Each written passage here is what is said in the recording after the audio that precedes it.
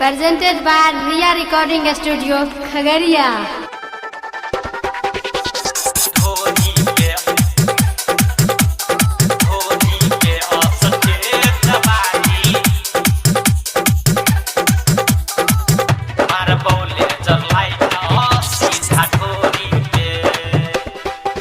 खाली ऊपर से छोरी तू देखे बही कहनी जग के खाना तू या बही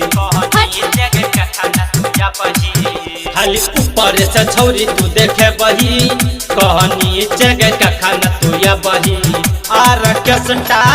के मजा ले पौराइत में अच्छा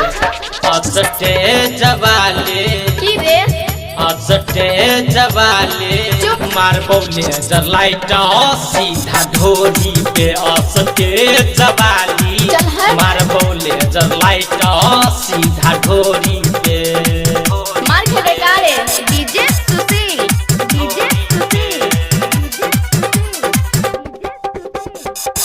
मार बोले जलाइट सीधा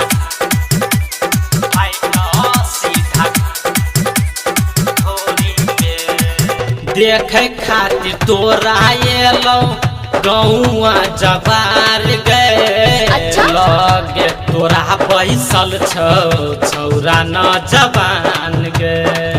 छौरा न जवान सटे खातिर अपना संगे कतेले में दाम जिंदगी के तोरे केला छौरी नीलाम आई गर्दा छोरा जब जमीन के अच्छा? जवाले जवाले मार बोले जलाइट सीधा ढोरी पे असते जवाली मार बोले जलाइट सीधा ढोरी पे मार खेले गारे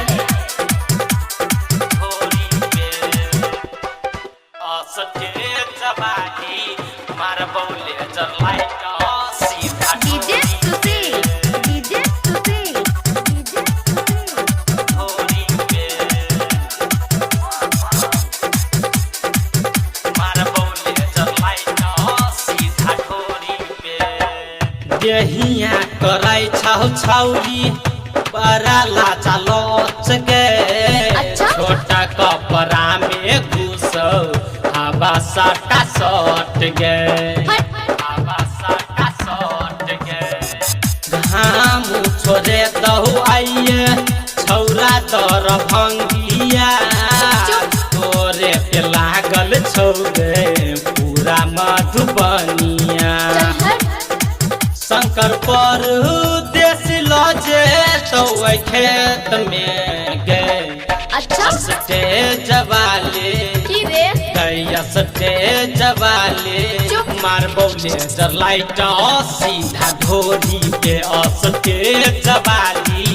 मार बोले जलाइट सीधा ढोरी पे मार खेले